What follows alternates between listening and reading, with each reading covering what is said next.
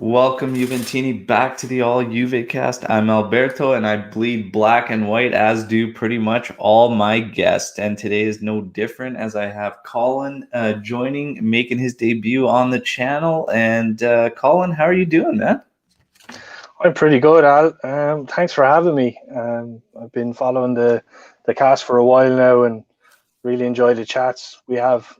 Yeah, So that's fantastic. to hear. Thank you for joining, and thank you for reaching out, of course. And yeah, we have been involved in many discussions over social media and even just private messages and whatnot. Because as I like to say, there's never a dull moment surrounding Juventus, and it's brought on not only by the supporters but by the media outlets. We know the ones that are run by some Milan fans, and they like to stir the pot quite a bit too.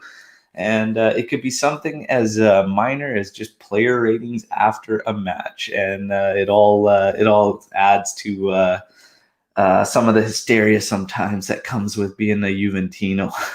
Yeah, But definitely. thank you for joining. Thank you to everyone that's already live with us. Ken joining us. He's ready. Vishwajit saying ciao to everybody. And Antonio.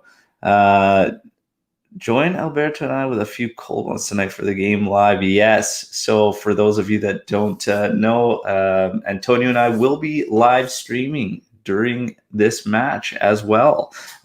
So stay tuned for that. Now, Colin, you make your debut here, and I always love hearing fan stories about how they became Juventini, and not only that, what it's like as you're in Ireland. What it's like being a Juventino there as well. So if you don't mind sharing your story with us.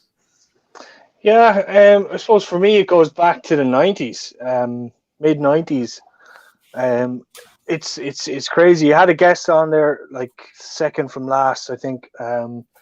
Guy who was the producer of Gazzetta Football Italia.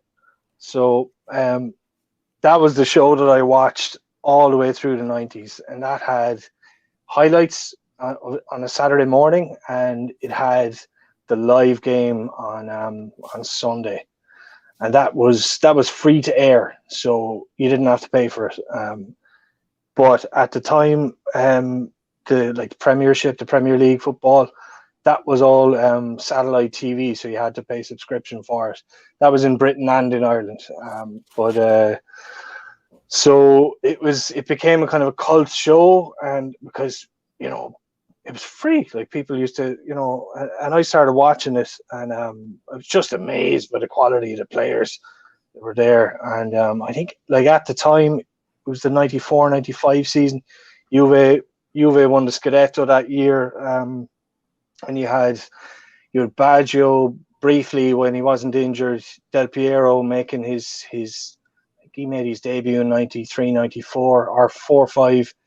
And you'd Ravanelli and Vialli. And Vialli was the top scorer that year, and in the league in Serie A. And Ravanelli, I think Ravanelli got 30 goals that year. And I can just remember, like, every week turning up, and there was Ravanelli banging in another goal, every single week. And 30 goals in a season for a striker in Italy is huge. That's massive. Like, top scorers in Serie A throughout the 80s and 90s were like barely touching 20, and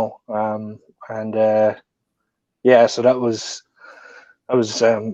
great. Like, I loved it, absolutely loved it. His celebration as well with the jersey over his head. Oh yeah, Yeah, it was. So Ravanelli is yeah, the beauty. And what's it yeah. like? What's it like there where you live?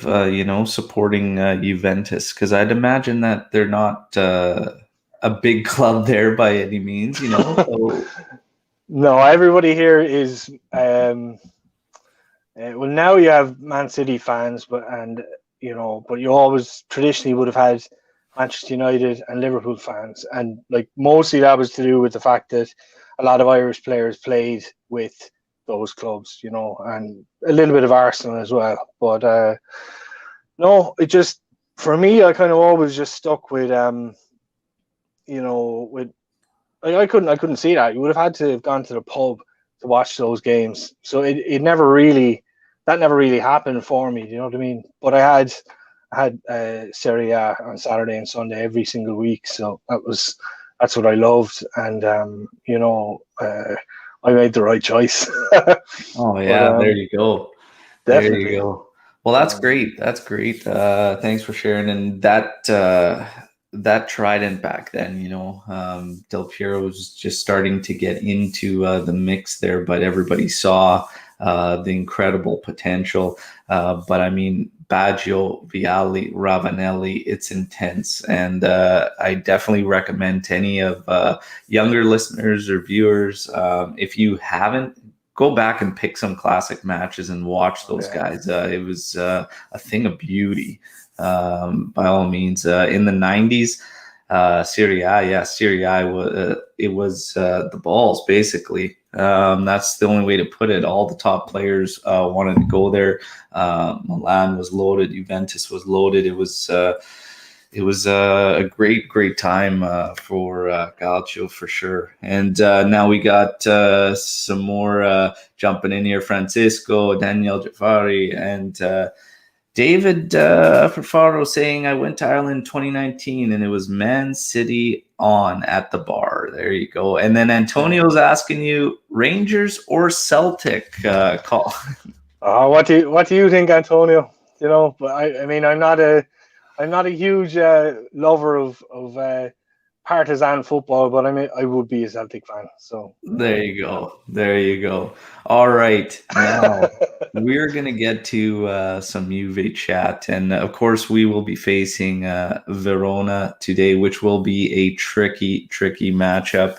Um, I couldn't tell if it was the team list or our injury report as of late because of how many omissions we're going to have. And it is what it is. Seems to be par for the course for this team, especially this portion of the season for quite some amount of years right now. But Quadrado, Chiellini, Bonucci, Artur, Dybala, and I feel like I'm missing one more possibly, but it's a tough one.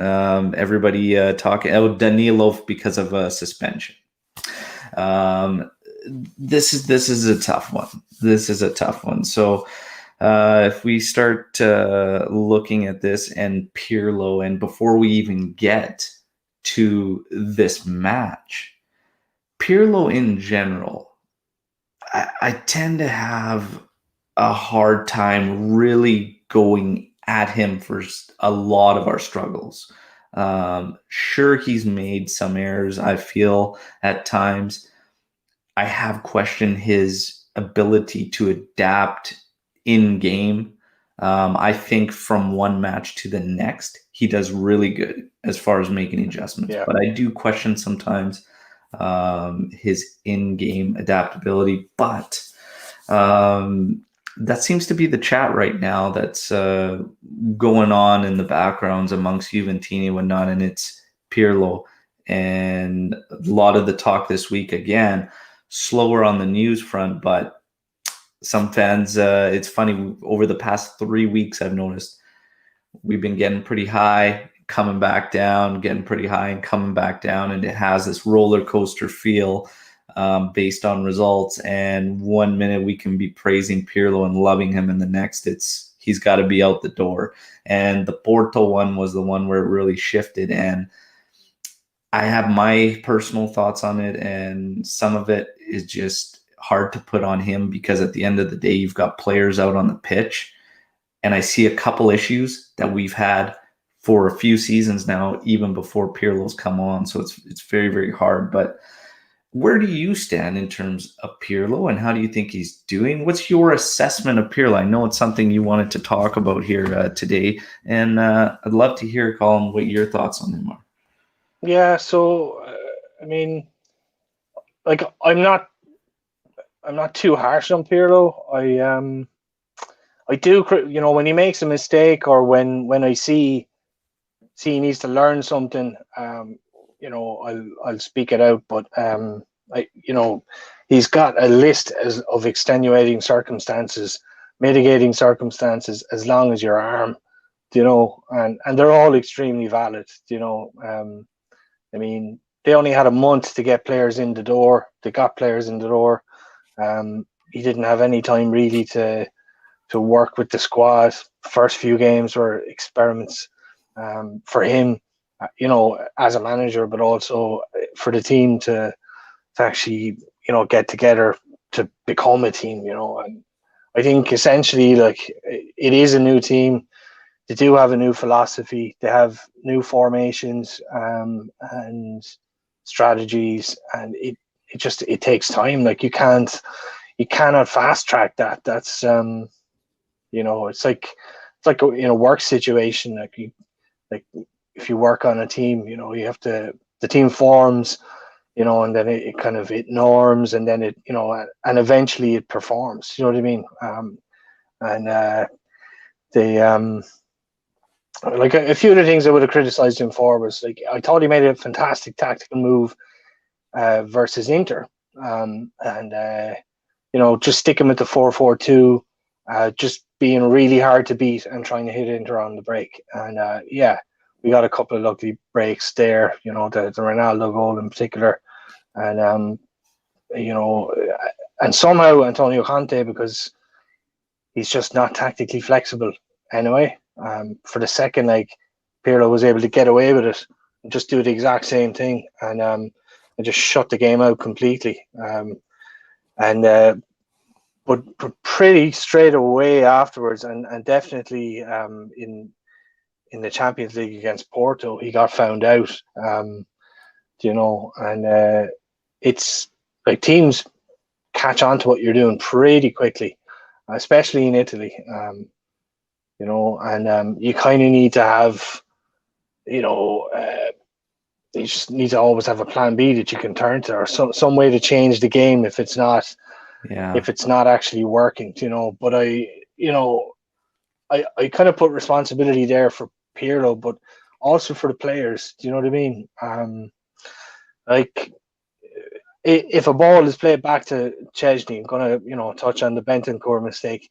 The ball is played back to Chesney, and he realizes there's three guys, one on Bentancur and two either side of Chesney, and he thinks that it's a good idea time after time to try to play the short pass, like, a cheeky through ball inside your own box. Do you know what I mean?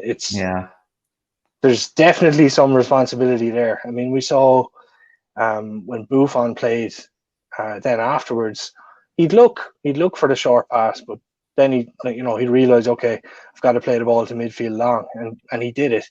Those are kind of key decision making calls that a player has to make on the field on the fly, and you can't really hang Pirlo for that, but yeah. Yeah, and that's kind of one of the things. Ken here coming in saying he's a Pirlo believer. He will only get better and has already shown improvements. I agree. Francisco coming in saying he makes mistakes, but the way the team is behind him surprises me a lot. That will guarantee him at least 2 years. And I kind of feel the same. I feel even if we were to go out to Porto, and this is my whole argument, for Pirlo, is the ones that are saying he should go if we don't get by. I think it's a slippery slope when you want to get into that game, just because, again, you brought up this goal. The first goal there away on the to Porto there, with Bentancur and Chesney kind of being right at the forefront there. Not only after that, because the people that want to attack Pirlo for the mentality, the drive in that match, this is not something that's crept up here under Pirlo's management. This dates back to a season and a half into Allegri's last two seasons. And when you look at this as a whole, Bentancur, after that happened, literally disappeared in that match and shied away from it. after that opening moment where he makes that error, him and Szczesny, because Szczesny had options prior to going to Bentancur as well, so I'll include him in that. But he literally goes and disappears, and now you have the guy who's supposed to be taking the reins while Artur is out, and he's shying away from a match where you need him, because if you don't have that drive out of the middle, and let's face it, we are a couple traits out from what we need in the middle of the park, it makes things very, very hard. And while the guy is an absolute machine, Cristiano Ronaldo has also faded in and out of the proper approach, in my personal opinion. And he's the guy that everybody's got to feed off of. And if he's feeling frustrated or whatnot, and he's physically showing it, it's going to have an impact on these guys too. So overall, with Pirlo, though, I do see growth there. And I do like definitely where he's going. And for me, if you're going to cut it based on that competition, man, we're going to be going through a lot of managers, and we're not going to stabilize things in order to take that next step. It's almost like, you'll take a couple steps, but then, one step forward, you're going to take a few back. He's got the players on his side, on board with him. That's half the battle. Let's start working with them and see where we can go. Ivan from Bianconeri YYZ and I had a great discussion last night over a couple beverages. It is available on YouTube too for everyone to check out. And I said, the easiest way I can put this is that I do feel the board would have to take a look in the mirror as well in terms of Pirlo and his success, because you've got crazy circumstances and situations this season with injury list and COVID, everything. And not only that, but again, I feel so strongly about this, that Pirlo has a great 11. And then outside of that, it starts to fade a bit with those fringe players. And that's not on him. And I think we can all agree that for quite some time now, the quality has kind of dropped off in terms of the roster. I think it's, it just, if we look at this team since 2014-15, we lost some key guys, and you could always bank on that. And this, you would know too, following them from the 90s and whatnot, they had this incredible ability to lose a great player and replace him with equal or better quality. And for quite some time right now, our mercados, for me personally, feel like it's a bit of patchwork. Yeah, for me, it's kind of, it's reactionary stuff rather than, like, for instance, my favorite player probably ever, Zinedine Zidane. They let him go, but they already had the deals done for 4 players to come in on the strength of, it wasn't just Zidane's transfer fee, but they had deals done. Nedved, Buffon, and there was a couple others. It hasn't really been like that the last couple of years. I mean, they haven't been able to shift guys on. They've just had these massive wages hanging over them. But I mean, as regards Pirlo, I mean, he hasn't even had a proper mercado himself, where he's had the chance to pick out a couple of guys. He's had one or two, obviously. McKennie, he picked himself. So you kind of have to see what way the team is going to take shape under his, under him, basically. So, I mean, he could get knocked out against Porto. The only thing about it that, would make me question whether he could leave is if, do I think the board are going to be that ruthless with him? And I think the answer is no. I don't think they will. I mean, they were in the end, they were ruthless with Allegri, and they certainly were with Sarri, but for different reasons. With Allegri, the writing was on the wall for quite a while. He'd nearly lost. Yeah, he'd nearly lost the team, and for Sarri, he definitely lost the team. So Oh yeah, sorry. That was a no-brainer to get rid of him. And again, speaking to what you were saying about reactionary, his entire involvement with Juve for one season was so reactionary. Felt, and the whole way they handled Allegri leaving felt so reactionary.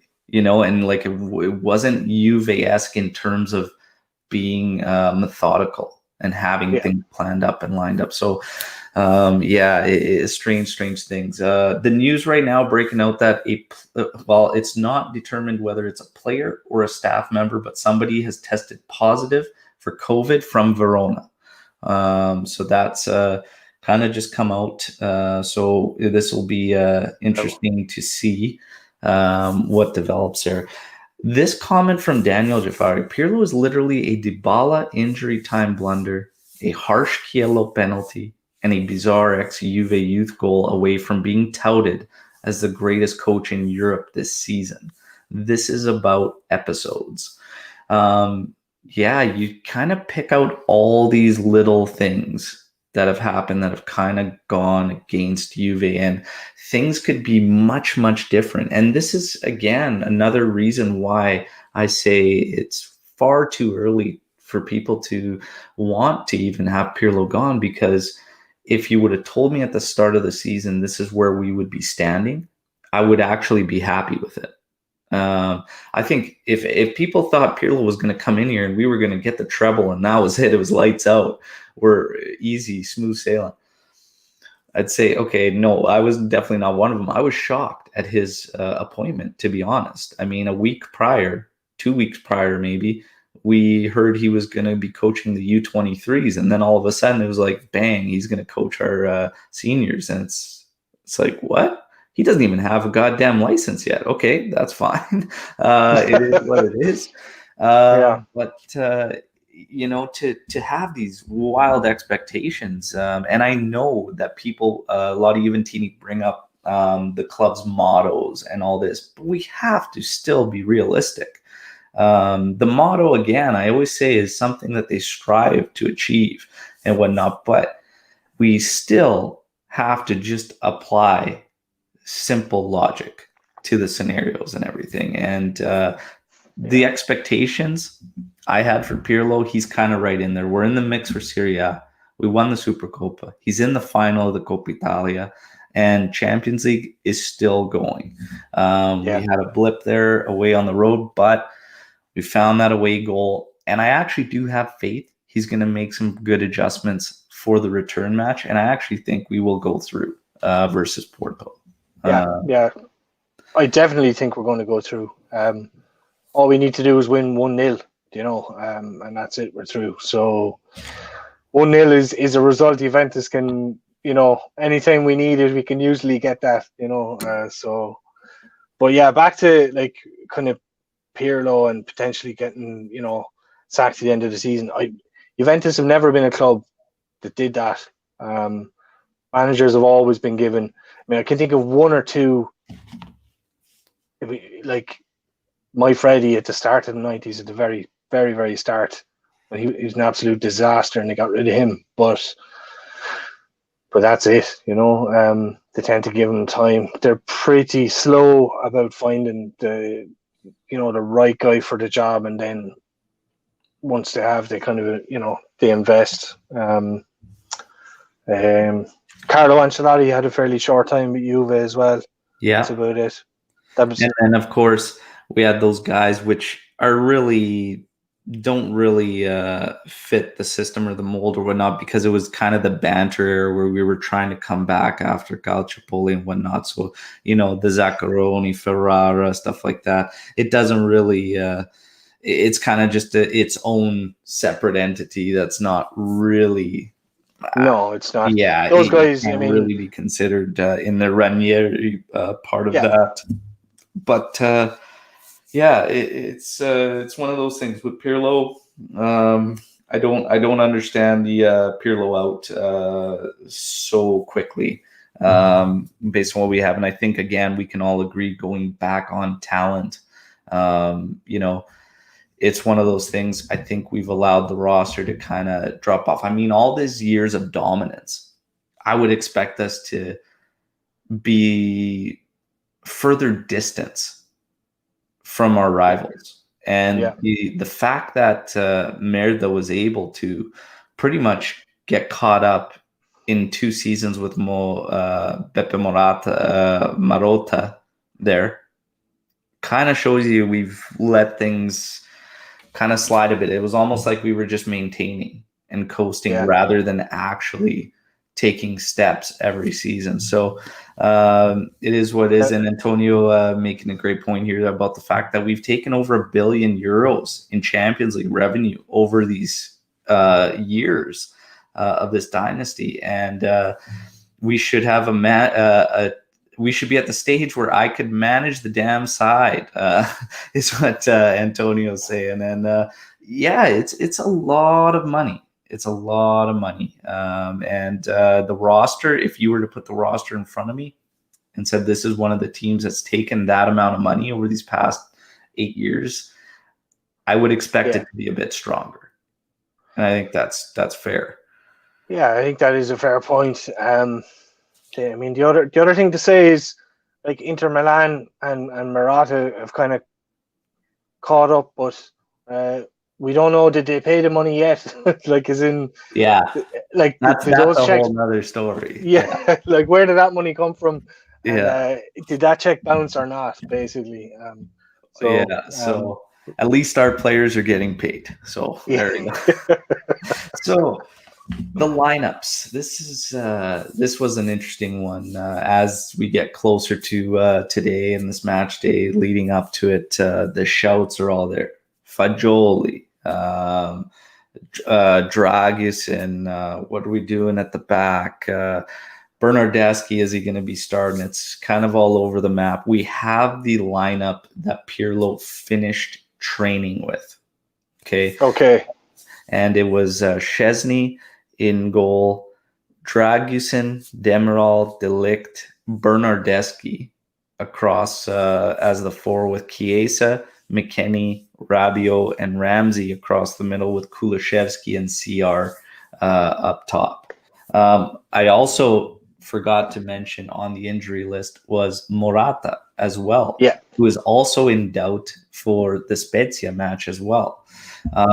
Very, very early in the week, it was tipped that a CR7 would be resting this match. And I had to laugh right when I heard it earlier in the week. I said, there's no way this is a tricky away fixture. He ain't going to get a rest against Verona. So immediately when I saw that, I had to laugh. But in terms of this, Dragusin at the back, at the right, we have seen. What I'm curious to see is if this shapes up as a true 3-5-2. Or if we're going to be in this 4-4-2 switching off. Because if you had Dragusin, Demiral, De Ligt, and then Bernardeschi and Chiesa as your outsides, it wouldn't be the worst setup by any means. Give you good flexibility, allow that midfielder, most likely Ramsey in this 3-man setup, to be the one that supports the attack. And then Kulusevski and CR up top. Kulusevski, let's see what Kulusevski shows up, right? But for me, this particular lineup, Fagioli, the shouts that are there for him, I agree. I think we missed an opportunity to start him against Crotone. Personally, I think that should have been a match we should have started him. Verona away, I'm not so sure I start him. But Colin, let's get your thoughts on this potential projected lineup, if it is the same as how Pirlo wrapped up training.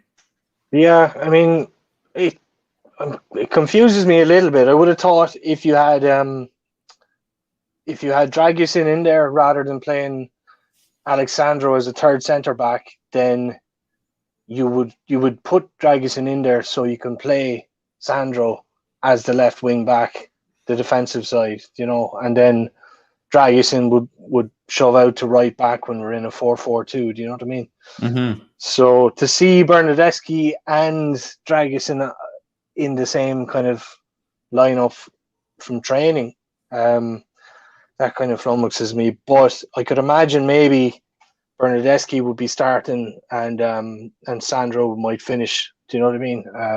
If that was the case. What do I think about Fagioli?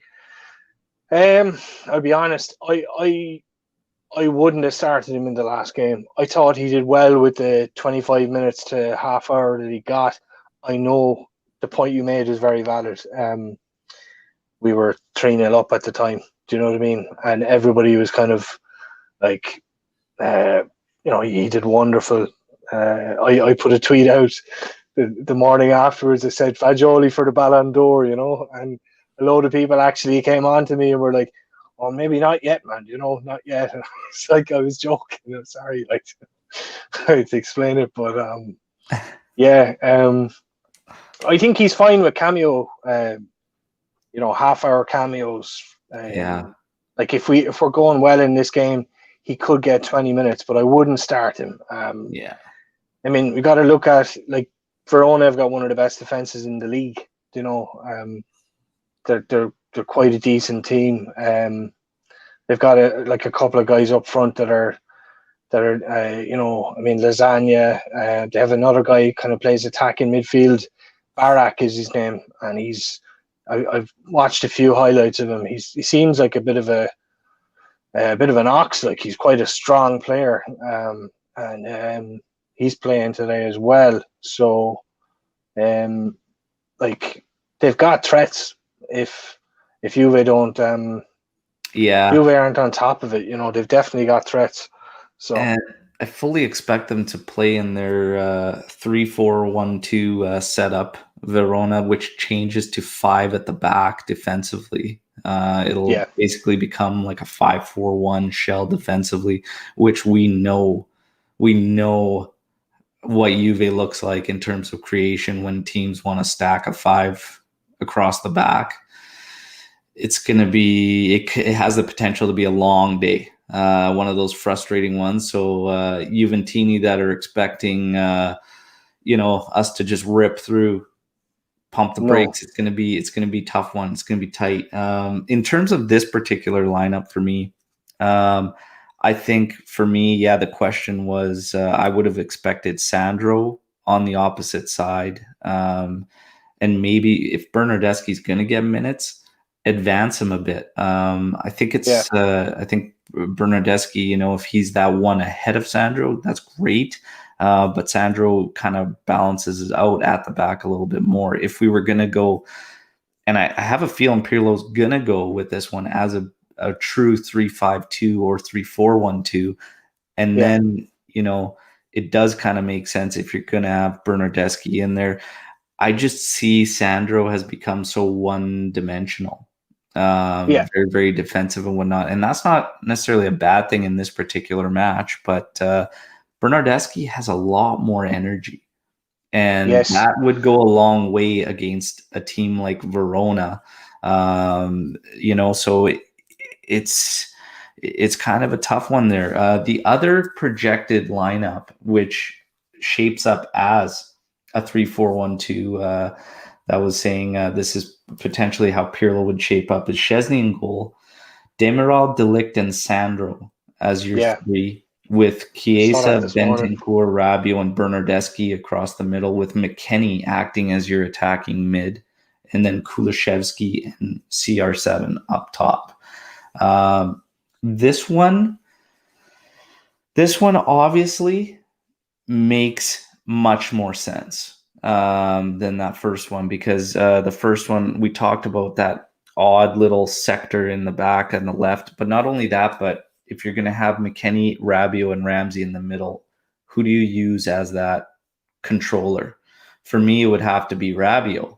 And I get it that we've seen struggles out of Bentancur. I probably take him slightly over, but I have been making shouts that I would like to see Rabiot at least attempt that role and just try it. So that's kind of a tough one. But between the two lineups, which one would you go for?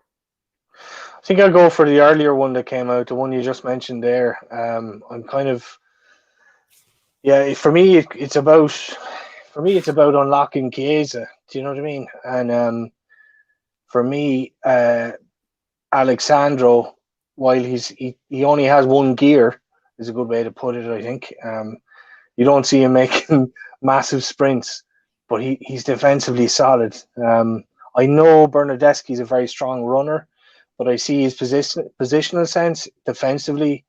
For me, I think he seems to get very confused about staying on the goal side of his man, or jockeying his man towards the sideline. He seems to kind of get in the wrong position and get overtaken quite easily. So I mean, if Pirlo goes with Chiesa and Bernardeschi, it kind of seems like he'd want strong runners on the field early, and potentially, if we get a good patch of 20 minutes, to do the damage then, and maybe shore it up later on.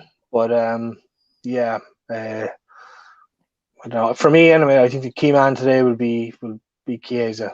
I could be wrong though. He could have a stinker, Yeah, but I think if we look at those two lineups, I think again, either way, I think we're going to see more of a true 3-5-2, and I think because it's going to allow us to again, I think Pirlo's fully anticipating them setting up their wall at the back, yeah, and you're probably going to be forced to play through the middle. And if you do go with a 3-5-2, it sets you up a little bit more naturally to be able to do that and not just bank on the flanks.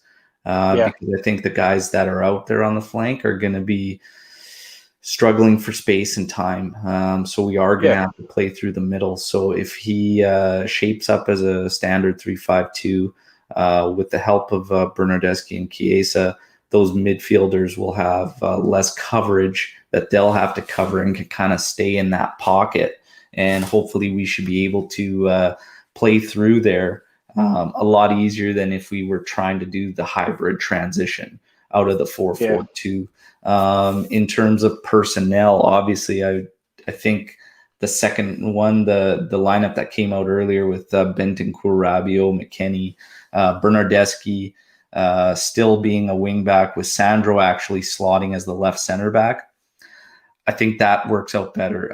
Eric coming in with a comment saying that Berna takes a lot of criticism, but putting him in front of Sandro is difficult. He has to cover so much ground because of Sandro's lack of getting forward. That's true. However, if we play him as just a straight outside, he's got even more ground to cover. And then he's got some defensive duties that have to apply in there. So I think it's a good balance of both. We have to make one sacrifice, I think, with either of these, yeah, if we're being honest. But Bernardeschi slated to start, and I think he's going to be in there 100%. Talks of him getting the armband as well for today's match. So we will see there. In terms of lineups, both of them, for me, the first one, if you have McKennie, Rabiot, and Ramsey, that midfield who takes control is a Rabiot. Do we finally see that? Is this the match to risk that? Because as we say, Verona will most likely play in their 3-4-1-2, which means that they will have the middle of the park flooded. So it will be interesting for that reason.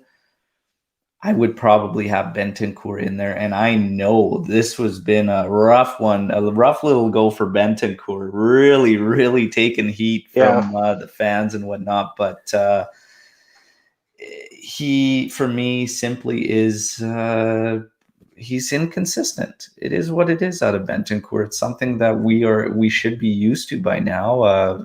When he's on it, I think he's a good midfielder. When he's on it. Yeah. The thing is that, yeah, can he be a little error prone? Yeah, for sure he can, but he's not that guy to really relieve us from the press. And when he becomes error prone is when he's trying to be exactly that, something that he really isn't. Yeah. So it's hard to really just Agree. pigeonhole him and say he's not good or, he's just bang average or whatnot, because we're kind of not using him.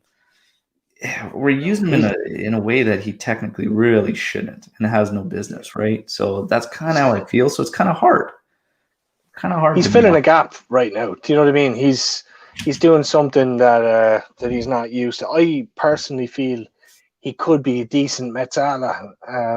Yeah, Just take him out of that, Regista position, and it's all of a sudden he becomes a decent player. He gets into a little bit more space, and like one of his best characteristics is going box to box and driving runs where he picks the ball up in midfield or takes it from a fullback and drives through through the midfield and gets all the way to the box. That's those are his good characteristics, but he's going to have to do it. He's going to have to play the Regista role. I yeah, think like the way we get around it is if the midfield is compact. So if he's not kind of isolated, do you know what I mean? Or if say the keeper, whoever it is, or the centre back doesn't just have one option, but to play it to Bentancur. If there's McKennie there with another guy, with Rabiot further up, or Rabiot has dropped back, but McKennie's further up, then he can't be he can't be isolated as easily. Like we've seen in the last couple of games. Porto clearly picked him out and decided. I think the manager Conceição said it afterwards that that was their tactic. yeah. And it worked. But yeah. So for me, the way to get around it is not to change him because we don't have another option. It's to give him support. Help him to not be isolated in that position. And Yeah. One yeah, of the things that's noticeable too, and that particular goal against Porto is a prime example as well, is that how staggered we are when the ball is at the back. So it's one thing that many Juventini are frustrated in the fact of how often we play from the back under Pirlo and whatnot. But yeah, regardless of that, it's the setup of the players. We always constantly cheat. We're always cheating for that one pass. And if you look at this, the breakdown in the Chesney Bentancur error there in the first couple minutes against Porto, and if you look at that, the way the players are set up, Bentancur's coming back, Rabiot is still yards ahead of him. he's way McKennie's up. Yeah, even further ahead of yeah, Rabiot. Chiesa, for some reason, is on the opposite side of where he's supposed to be. That's a whole nother issue. Everybody's kind of sent over on the left, but I look at this and I think, my God, the options are just not what they should be. So yeah, if you have a team that's going to hone in on Bentancur or whatnot, even if you don't, bring both those guys back. If you're going to play yeah, with two pivots, bring both of them back. Let them both be yeah, options. Spread out the opponent. Don't make it easier for them to say, oh, we just have to get on this guy. We just have to yeah, press this guy. Make another guy available. Sure, it might slow us down, and we're always looking to cheat on that counter and to take it to them or whatnot. But at the end of the day, if it's going to start making one of our other guys suffer in terms of Bentancur, then you got to do it. And I've been making the show for a while. I think Rabiot would be just fine if we were going to start to bring him back. He's a big physical guy. yeah, He's pretty strong on the ball. I actually have quite a bit of confidence with him on the ball and not losing it. He makes his errors too, not nearly as many as Bentancur, in my opinion. I'd feel pretty confident with him taking the reins back there. What do you think? I think Rabiot. Yeah, I mean, it's hard for me to say good things about Rabiot, but he's not one of my favorite players. He's big, he's physical. When he picks the ball up, he can drive with it, and he's a very strong runner. But sometimes you don't see that. Sometimes he doesn't use it. Do you know what I mean? He's like I don't know. Like, I mean, sometimes you see a small player, and they're stocky, and like Gattuso, someone like that. Gattuso is actually quite small, but his attitude was big, and he could just hop off of guys and really put himself about physically. But then you've got someone like Rabiot, who's, he's actually a bit of a kitten. He doesn't really impose himself physically on guys. You see it when he's running with the ball, definitely, because he protects the ball quite well. But we've got no other option. The only thing about that midfield is they don't really have a passing range. I mean, McKennie is semi decent. Rabiot and Bentancur, that's the criticism I would have. I mean, I'd see, even in the last game, we always had an option out on the left. We had a player who was kind of like Sandro, a lot of the times, was free out there. And from the centre of the field, you could see them looking, and still they wouldn't play the ball out. And that's happened a few times this season. And it's because of their passing range. Do you know what I mean? Once or twice, I've seen Bentancur play fantastic passes, but and I called it at the time as well. But overall, his passing isn't great. So I mean, what do you do? Do you have someone like Ramsey? But like when Ramsey's there, he likes to push up the field. McKennie also, he's very effective when you have him high up the field, because he can physically impose himself on the opposition, and he kind of plays in inside right at times, and he's quite good. But so what do you do? I mean, you have to rely on your wing backs then to start off the moves, and we don't have Cuadrado. We've Chiesa. So if Bernardeschi and Chiesa are going to start, then they're crucial. I mean, you can't have a situation where Bernardeschi is giving the ball away, every time he gets it. And he's had performances like that this season more often than not, and I don't want to be too negative on him because he's had a hard time. Simple. Chiesa, we like to see him further up. We don't like to see him low, picking the ball up. It kind of negates his strong points. But it's kind of hard to see where that killer pass is going to come from, Yeah. Especially with no Bonucci. I think that's part of the reason I kind of feel for Pirlo as well. When we talk about, again, you don't have enough to fill the roles that you need. He just simply doesn't, when we talk about key guys controlling the ball, being at the helm in the middle, it's Artur, and Artur has no timetable as far as recovering right now. It potentially could be season ending should he need surgery, which is still in question.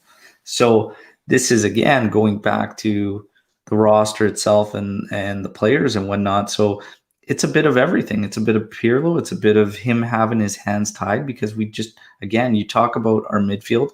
We don't have anybody that has that range, that passing range. Nobody that has that vision, that's even looking for some of these passes.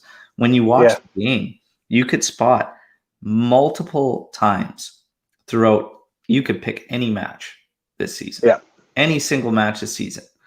There are multiple times that pop up in a match where the play is there, and the switch of field is there. There's a corner ball that should be played where we can easily gain a lot of field and all of a sudden be in the attacking third, and we're not even looking that way. Because we have all guys that are just focused on keeping the ball, making short passes, and just knocking it about, and slow build up. You have guys out on the flank unmarked. Because I saw a scenario, the most recent was probably Sandro being wide out left, actually getting up the pitch, Ronaldo moving in, and as Ronaldo slides down the field, he literally took two defenders. Sandro was standing there on the byline, alone. We had the ball in our possession with our midfielder, who was supposed to be the controlling guy, Yeah. didn't even look. Did not even look. And the opposition, like, by virtue of the fact we had space on our left, that meant the opposition was on the right, and we'd still go down the right for a Yeah. short pass. Like, that Yeah. was the. I mean, I think even the commentators picked up on it. It was just obvious, like, and very frustrating. It's like, it's just they don't have the range of passing, and they know they don't have the range, and they're not even looking. It's like, Yeah, but and I'm all for, players, can a unit can work together and be strong and whatnot, and I totally agree and whatnot. But at the same time, you cannot make somebody something that he is not. Is true. how I feel in terms of these players. You can get players that excel in systems, that shine and whatnot, but you still, it's very, very hard to turn a player into something else, Yeah. especially certain stages of the career and certain ages. And sometimes things like that are really just up to the player themselves. And, you could talk about Pirlo being a fantastic midfielder, world class. I just don't see him changing anybody that we have in there now to be a guy that we could use, which is a guy that has range, that has vision, whether you choose Locatelli or another. But, that's a skill set we need in the middle of the park. Somebody that can spot those opportunities and pick it out. Yeah, I'm waiting for someone to say Fagioli, And hey, that's the he thing. does have the range. Yeah. He could definitely be that. But the thing is, again, that's why I say I kind of feel like a wasted opportunity against Crotone, because I thought that's a perfect scenario. Just the right bit of intensity, okay, because these are must-win matches. So just the right bit of intensity, but not a heavy opponent, because it's Crotone. Don't disrespect to them, but last place in the table, that's a perfect start for him. Let's get him at the start. I don't want to see Fagioli in a 3-0 dusted game. I want to see him when things are on the line and see how he ticks, and when there is a bit of pressure. I would have loved to see him in that first half hour when we were flat and Crotone was pressing. I wanted to see him react. I want to see how would he react? How would he handle that? The fact that we didn't is what leaves me with not enough faith to say, hey, yeah, we could play Fagioli against Verona. There's no way. I haven't seen enough. Yeah, I mean, I like the kid. I like that really his do head. too. Yeah, his head is up every time he gets the ball. He's on the half turn.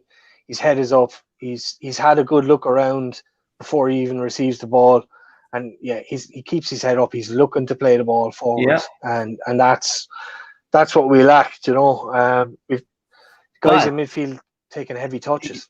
Yeah, but again, in the 3-0 dusted game, he had the time. He had the time to do that, pick his head up, spot the things. The game was kind of killed off. Against the Coppa Italia, against Spal, Jesus Christ, Rabiot looked like Zinedine Zidane because he had He looked unreal, didn't he? In the middle of the park. So did Fagioli. Fagioli had it very easy in that match. There was acres of space for these guys. And that's what I mean. I want to see him when the pressure's on, when teams are pressing. And even towards the Coppa Italia match, in about the 70th minute, in that range, Fagioli started to cough the ball up quite a bit. And Spal was actually pressing and whatnot, and you started to see some errors. I want to see him from the get-go. I think the Crotone match was a missed opportunity because I want to see him under that pressure. And I do want to see him make a couple mistakes, as weird as that sounds, because I want to see how he reacts. Is he going to hide, or is he going to still demand the ball and still want that and want to push forward? These are the things I want to see and I want to look at, because honestly, it's one of the knocks I have against Bentancur currently is is that head down feeling when he makes a mistake, and that hiding. I hate that. I don't give a shit if you make a mistake. Pick your head up and go. Keep going. They all make mistakes.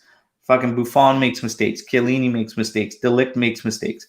Fight. always fight. So I want to see this kid in those scenarios. But I agree, the potential's massive, and I do like his touch on the ball is great. He settled a couple balls in some interesting circumstances against Crotone. He did very, very well when he was trapping it. His touch was great. Again, he is looking to advance that ball, but I think it was just too easy because that game was sealed at 3-0. So I just want to see a bit more. But I agree. I think you could potentially have something amazing there with Fagioli. I think how you get him into the game is, like, if you remember when Pirlo joined, like the press and everybody was saying, "Oh, this guy's washed up." Do you know what I mean? But, and look, to be fair, like, he certainly wasn't washed up, but his legs weren't the way they, they weren't the same.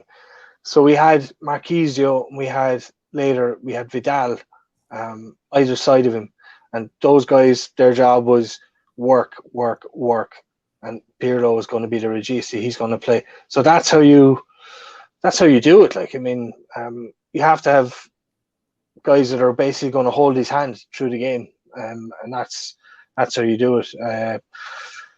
But not this game.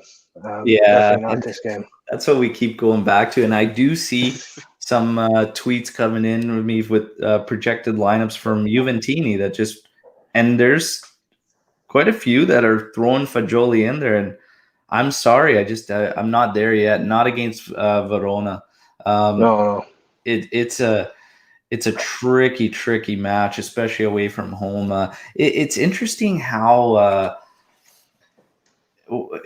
so many can just feel like all these matches, they're just going to be straightforward and whatnot. Like Serie A as a whole, some of these matches, especially the ones away from home, are just historically nightmares, and so hard. But Verona's done a good job. I mean, they're ninth in the table, I believe. Something like that, yeah.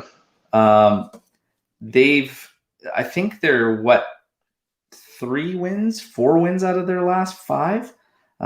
They're playing really, really good football. They have their system. They know what works for them. Okay. And they don't shy away from it. They go about their business. They've got a couple guys that can play to it.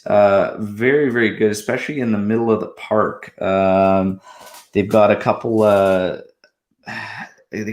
physical presences in there. Let's put it that way. That can cause a lot of problems. And this is another side of Juventus that sometimes frustrates me, is that sense of entitlement. And when you have to get dirty, I question whether these guys are going to be able to get in there with that grinta. Do you get that feeling sometimes, Colin? Yeah, I mean, it definitely, like, it's been going on for years, really. Just the fight, I mean, forget, like, the first couple of Scudettos we won with Conte, we didn't have great players. We didn't have good centre forwards. Like, I mean, we had to just fight, and it was the skin of our teeth. Every single game was like, a 1-0 win, or winning by a single goal, or like 3-0 was a birthday present. Do you know what I mean? That's faded. But I mean, today, I mean, I'm just thinking, like, with everything we've said, like, we're saying lack of creativity from midfield. If Pirlo lines up with Chiesa as as a wing back, we want to see him high up the field. So how do you build a play? Bernardeschi's there. I mean, I don't think I'll have any nails left if he's trying to build the play for us. But how do you do it? I mean, for me, you have to press really, really hard when the opposition have the ball. And, I'm hoping that Verona come to play. Do you know what I mean? And don't set up.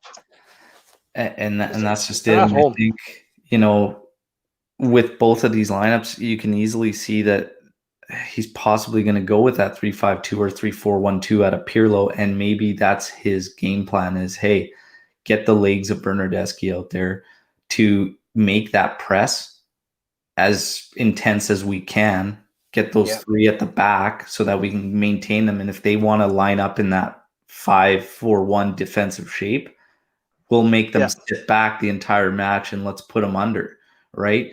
The only thing is, again, we're going to be limited to if we want to play that way. I question how good we're going to play into the middle and be able to create opportunities, because when we do that, we get too picky.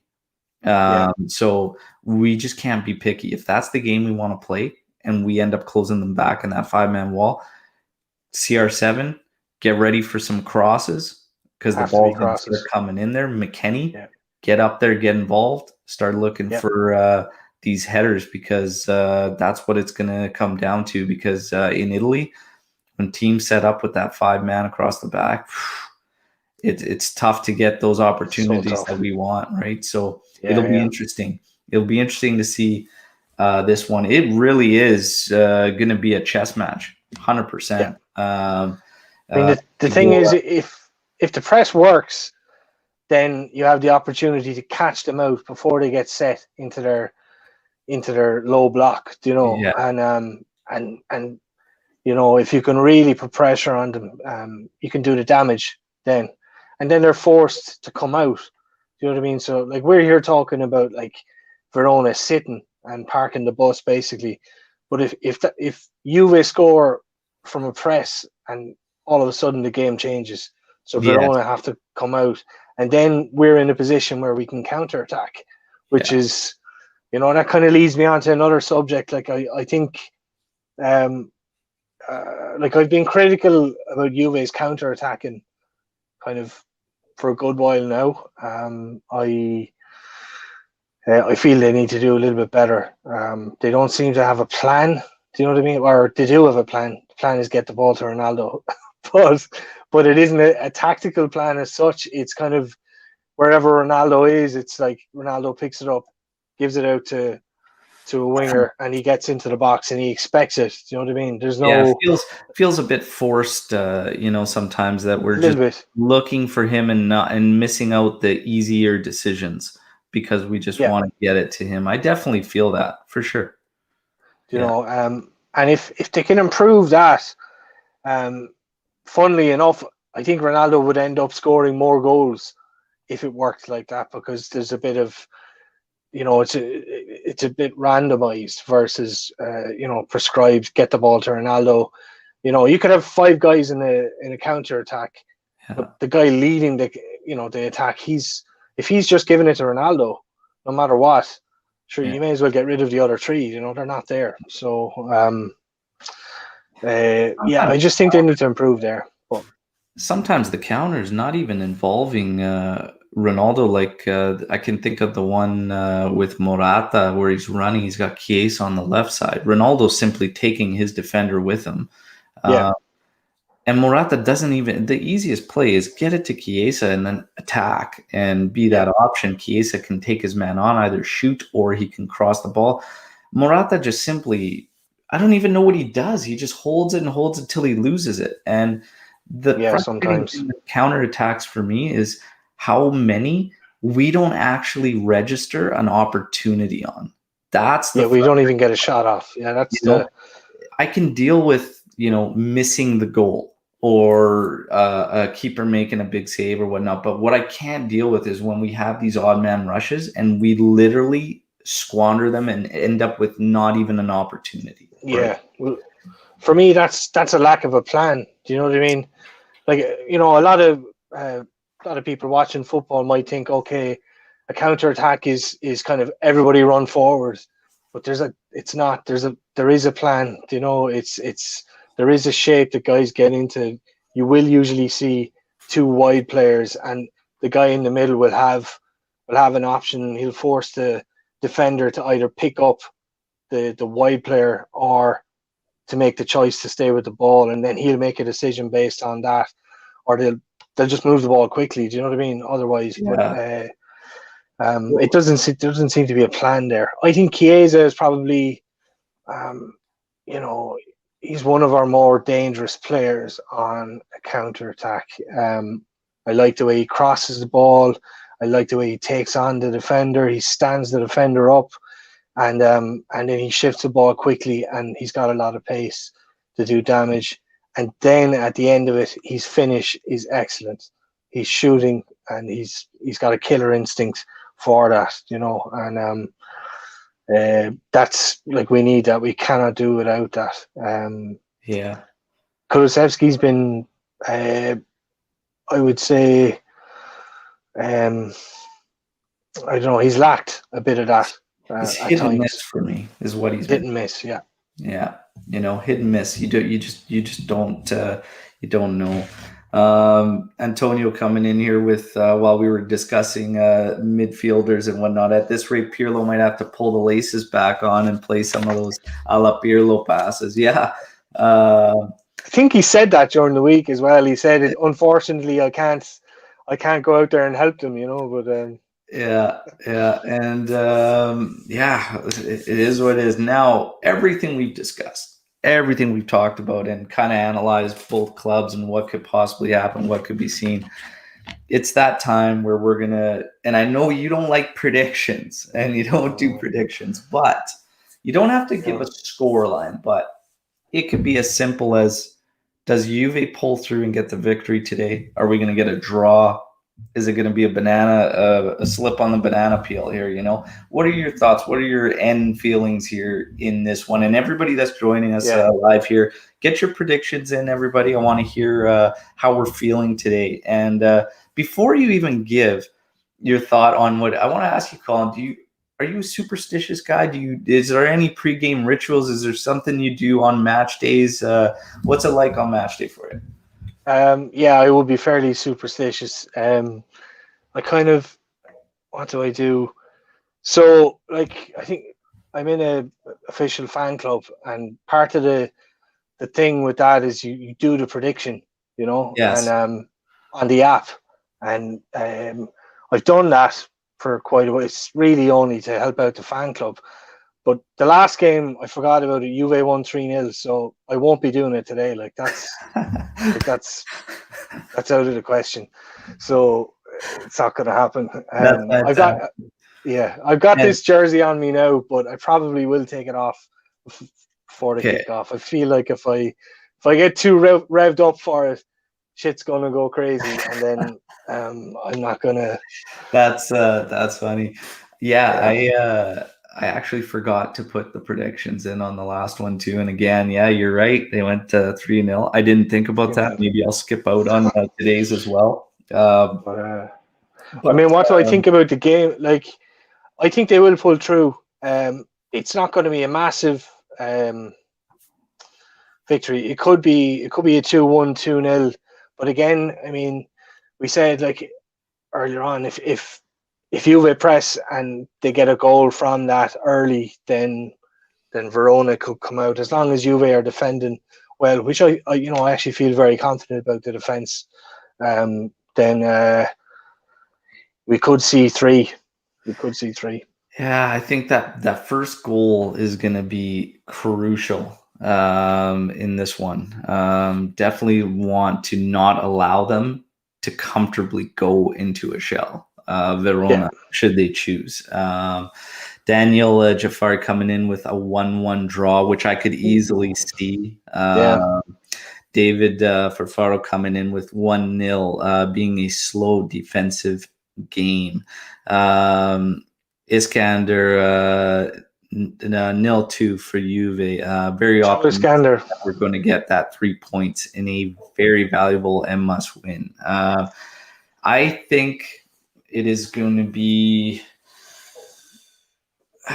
very, very tight. I don't know how many clear opportunities Juve will get, but with some question marks at the back in terms of even Dragusin going in there and whatnot, I feel like Verona might be able to get a few opportunities, decent ones. Whether they can capitalize or not is another story, but I think things are tighter for Juventus. Again, depending on lineup from one to the next, we have 2 projections that it looks like it could be. That would change the scope of things quite a bit for Juve. I personally think Juve will get it done. Having to put a scoreline to it, I think I could see it being a 2-1 type of match with that goal coming rather late. So I think we're in for a bit of a grind. And for a sweaty one, yeah. 2-1 for Juve. Yeah. And it's get ready for a grind though, Juventini. This is I don't think we're going to be into a fun one. Probably going to be one of those matches where if you're on Twitter while it's happening, you're going to see some very reactionary takes. A lot of it. And it's going to be a tight one. Iskander saying, come on, we need you and Colin to have the winning mentality. Well, we called victories. We called a victory. Have faith they'll get the job done. And Iskander, if you're around, you can join myself and Antonio for the live stream while it's happening and get those reactions. I think this is going to be a tough one. And man, I already see things based on projections. Juventini going at Pirlo and ragging on him for starting 11. But again, how many actual options does he have? And even the guys that are in the lineup, I want to remind many Juventini about what's going on. Bentancur's had an issue with his foot for quite some time. Okay. And he's battled through it and he's played through it. McKennie has had an issue with his hip and he's been battling through it and he's been playing through it. Kulishevsky had an illness. He played through. Morata, we brought him in. I couldn't understand the substitute of bringing the guy that fainted the match before and you were winning comfortably against Crotone, but you choose to. That was bizarre. Not resting Ronaldo in a dusted game. Probably wanted to pad stat pad a bit more in the Capo Cannoniere. I don't know, but even the guys that are in the lineup are dealing with quite a bit. This is a crazy, crazy scenario for Juventus where even guys in the lineup aren't actually 100%. I mean, we don't like. Sometimes we expect that everyone who starts, if he's starting or if he's on the bench, that means he's 100%. Most professional sportsmen will tell you they play through pain all the time. It's just part of the gig. Like you take an injection and away you go, or take a tablet or what, and away you go. I mean, Morata had a flu. He was a bad flu. Apparently, he fainted after the game. I mean, it's just something to keep in mind for everybody that you want to rag Pirlo on starting lineups and everything like that, but there's a lot of nagging, lingering things with even the guys that are in there, it is what it is. He's got a ton of injuries to deal with. You got to factor in some rotation. We've got suspension for Danilo. He's just he's dealing with it the best he can. And honestly, I think out of the 2 lineups we saw, either one of them, there's not a drastic change from one to the next to really attack Pirlo, so to speak, as to his starting 11s are garbage. Based on something I read literally this morning, I don't think that's fair to say that he's got garbage 11s, especially now when we went over this massive list of injuries, so it's very it's being a bit fickle, I think, if we're going to go at Pirlo like that. So with both lineups, I ultimately think Juve should get the job done here, and I think they will. The bottom line is, we need to. We have to get things going. And one thing that's very, very interesting, that's kind of low key, been going on out there. And I believe it was Nicola Shira that brought it to light or whatnot, that Lazio is being investigated Yeah, for tampering with COVID I results. tweeted on that as well. Yeah, yeah. And can you imagine World War III should Juve be awarded the victory in that match that ended in draw there? Yeah. Oh, baby. And if we get that, this race is flipped. It is Yeah. flipped quite a bit. And that would be the type of thing that would Yeah. eat away at the mentality of Conte and Merda. You could just see it. And I would love the uproar. And honestly, while I want the results on the pitch or whatnot, I kind of really want this to happen because I think the other teams would this would be another thing where we're always in their head as it is. Juve always in their minds as it is. And something like that, boom. But in terms of sporting and whatnot, if Lotito and Lazio were doing that, they deserve everything they get. I mean, like, just to remind people, like, the story was, and this happened, I think it was fairly soon after Juve played them. It came out that a couple of their players went to play the Champions League, and the pre-game round of tests ruled them out, and then all of a sudden, for the very next game, the test said, no, you're fine. So they came back to play Serie A, and that had been happening for a couple of weeks, and it turned out they'd been sending their tests to two different labs. And I think someone did a meme at the time of picture of Lotito with two phones, and he's there, and he's like, "Oh, which phone will I listen to here? Like, I like this one, But so that's that's. I'm not surprised. That's part of Serie A. That's part of Italian football. Like, in particular, Lazio. But for a long time, Lazio have had huge issues with, not paying their bills, Cragnotis and all that. But well, we'll see what happens. But that's an interesting scenario to be following in the background. Be very, very interesting to see. And then AJ coming in here with, imagine those are the 2 points that win us Serie A, and people will say Pirlo masterclass. Take it easy, take it easy. Hey, if Pirlo gets the job done ultimately, and he had to be rewarded 3 points in that, honestly, that's still a fantastic job for a manager that had as much experience as I did taking over Juventus. So it's still top. I could care less. I mean, if we win, I mean, I'm not going to stand here and say, "Oh, I really hope," really, really hope we get it. Like, but if I'm going to take it, it's going to be like 2002, a gift of a Scudetto if we did. You know what I mean? So. You take it because just as many you get, against you. But and then Antonio coming in, calling a 3-0 victory, and also calling a good session of drinking there, as he says he's going to. Very nice. I'd love to join you guys for that. I'll be having a beverage there as well. Yeah, me too. And so yeah, we talk about this potential with the points there and Lazio and whatnot and all this Scudetto, and man, a lot of fans just thinking it's over.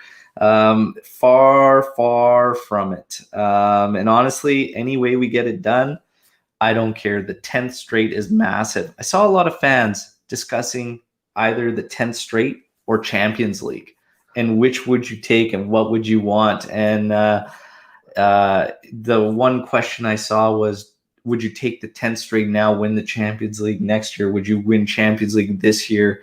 And I'm thinking, what the hell are we doing? I want it all. First of all, I always want everything, want it all. But the 10th straight is massive. And I know that people just throw down Serie A and saying, it's nothing. Why would you want something that's like the Scudetto like that you've dominated for or whatnot? Or would you not want that trophy you've been chasing for so long?